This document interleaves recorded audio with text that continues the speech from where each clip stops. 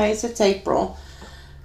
I had told you guys, and I've been trying to get to this for weeks, that I was going to show you guys how to put vinyl on something that was lumpy, like this set of pumpkins that I got from, I believe, Walmart.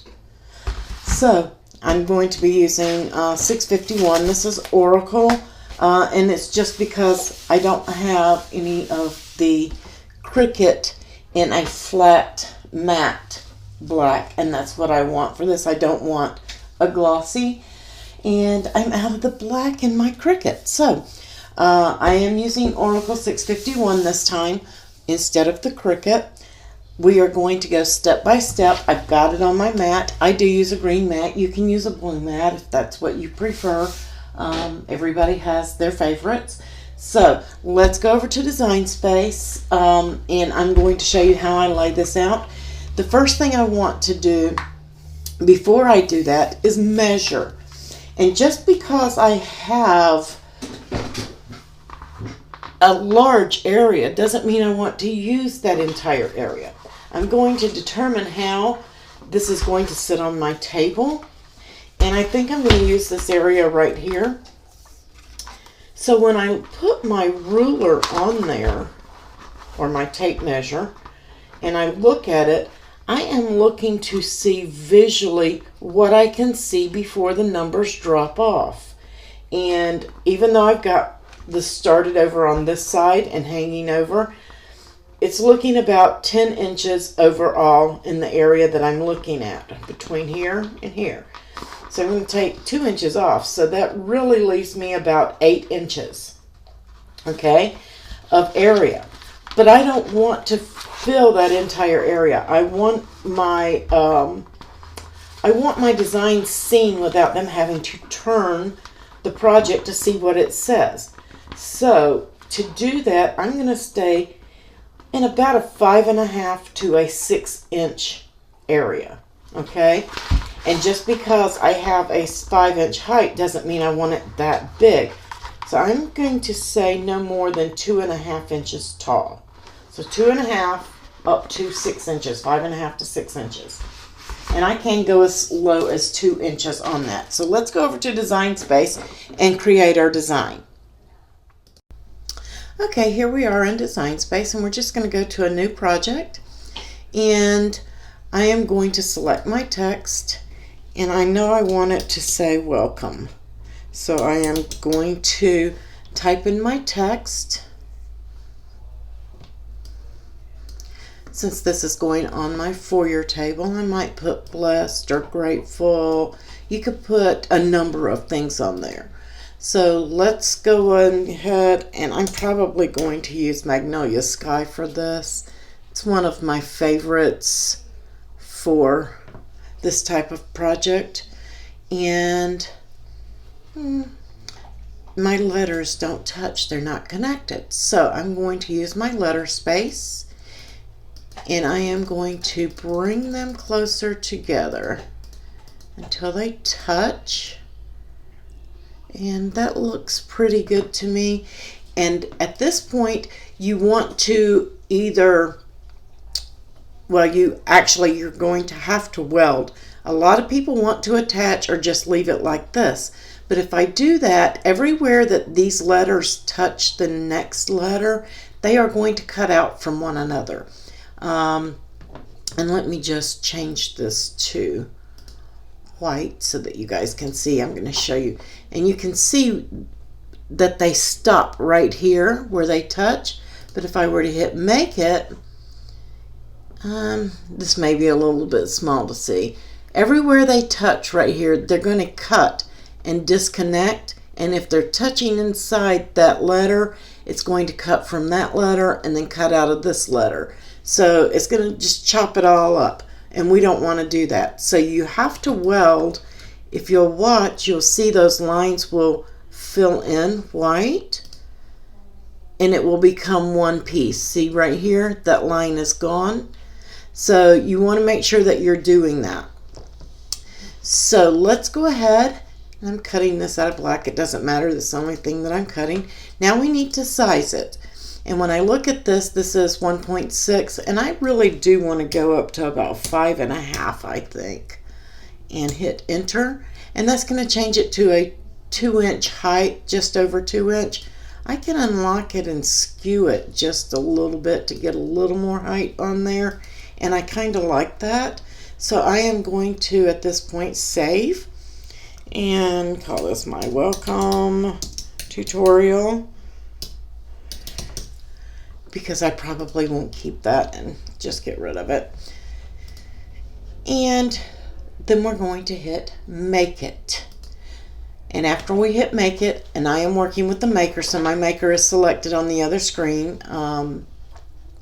If you have line types like engrave or something like that in your project, that's going to make a difference. Otherwise, it's not really going to matter.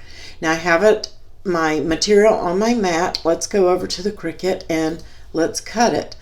I'm going to select continue, and then select my material, which is going to be just a regular vinyl, and I'm going to select vinyl right there. It needs my fine tip blade and load the mat. So let's go do that.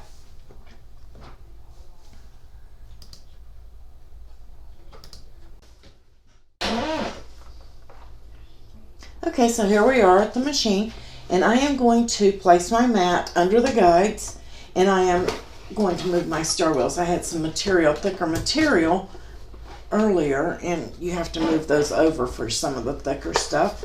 So I'm going to readjust my star wheels. You may not need to do that.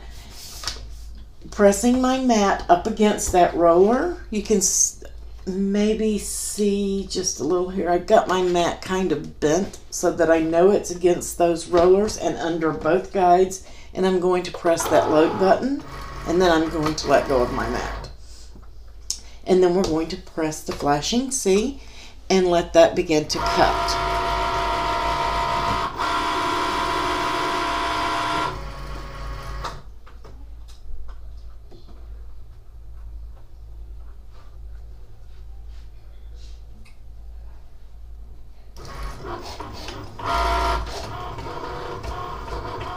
Had to think for a moment.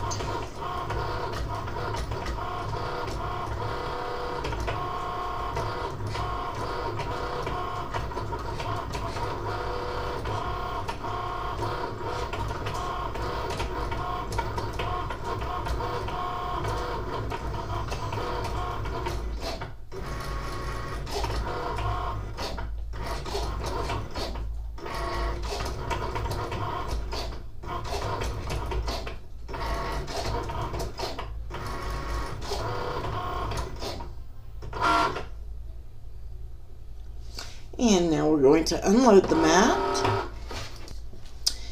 And a lot of people, and I have done it, I did not do it this time, it's just a quick and simple project for me. You can put, if you have, if you don't want to cut after you've had your machine cut your project, if you don't want to have to cut your vinyl by hand, you can insert a square. You're still going to have to cut the backing, but you can weed it right there off of that sheet. I like to just cut mine off. And I'm just using a weeding tool. This is my close to my heart one. My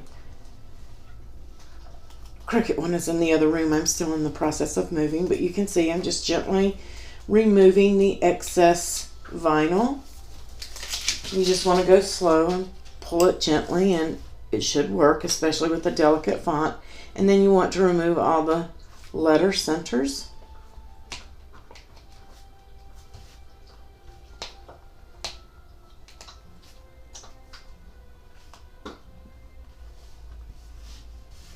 And right there. And then you want to double check and make sure that you didn't leave any extra on. With adhesive vinyl, it's not a big deal. You can always pick off a center that you've left in. With iron-on, it can be a little more difficult to remove those, so always double check all your vinyl, make sure all of your centers are done. So let's get our transfer tape and continue on. Okay, I have some transfer tapes here, and some of you may or may not have seen some of these. This is the Easy PSV application tape for Caesar. Caesar makes a vinyl as well as an iron-on. And I use this for projects as well. This is a brand new roll. Then I have some Aura tape, and this is made by Oracle. I've used it. This has no grid on it, so a lot of people like that for decals that they're selling. A lot of people don't like it because it has no grid. So it's just going to come down to personal preference. I am partial to the blue grid medium tack. Like I said, I am still in process of doing my craft room, so my stuff is a little bit scattered. I'm almost done, almost there. I'm still waiting on my desk. It got delayed, and so I'm using what I can get to at this point. I'm just going to save that little bitty piece because sometimes I might have a tiny decal and it won't get lost if I stick it in there. Okay, so let's apply our tape. And I'm just going to peel back the corner. And I like Cricut too. I just didn't want to open a new roll, and I had some already. And you can burnish this really hard if you want to. I never find the need to do it, burnish it really hard. If you want to, you can take a card and just rub over it gently, or your scrapers. I'm just going to get it started. Get it to lay down. Maybe I need to burnish just a tiny bit harder than that. I got a little wrinkle. There we go. Get that out of there. But I don't feel the need to burnish really hard on a lot of this stuff. And I just pull my carrier away. Just like so. Then we're going to bring in our pumpkin. And hopefully I can get this to stay in focus for you guys. And I'm just going to hold this up, and I'm going to start in that deep crevice right there. And it looks like that's going to fall right in there. So I'm not touching it to it. And what I'm talking about starting in that crevice, I'm trying to find out where I want the center of my design. And that C is going to fall in there. But the L is the best place to start because that's the first place that's touching. So that's where I'm starting. And I'm just going to walk that vinyl around onto my project. Okay. Press that down. Not letting the rest touch. I'm just going to go in there with my nails. Use whatever you have. Use your scrapers. And I'm just I am letting the vinyl fall where it wants. I'm not fighting it and trying to place it specifically in one place. And I got it crooked. Don't do like me. I am rushed. I should have gotten, well, no. I think it's the way my W is. It looks okay. If it's, make sure that you're getting it on straight. But you can see I'm just pulling that gently away, and I can reuse that tape. And then I'm just going to go over it and rub it down. Got one little crease right there. I'm just going to work that out. But then it went on perfectly smooth. Well, as smooth as it can because my surface is rough. You can see it's not a completely smooth surface. I guess that's the angle that I was looking at it. It's perfect. Yay! It's probably not going to show on camera. But that's all there is to doing that. And again, you may have to go in and work those little curves and go in deep. Use the back of your tools. Whatever you can get to get in that area. Like I said, I have nails, so it's pretty easy for me. And that's all there is to doing that. That's not going to go anywhere. It's going to be sitting on a table. You're not washing it. But you can see that you can get in there. Now, if you have a more solid surface, instead of like I had letters here in script, if they're bolder and heavier, you may have to work it a little bit more and a little bit longer to get that in there because the more mesh you have, the more wrinkles you're going to get in your vinyl on these curved surfaces or these lumpy surfaces like this. So I hope that this tutorial helped you guys out on the lumpy and bumpy surfaces. I wish you could see this standing up, but I don't have the camera set up for that. I will take a photo. It is on there really good. It looks good and shows perfectly from a different angle. So go ahead, show me yours, make yours up, and have a happy crafting day, and I will catch you guys on Monday.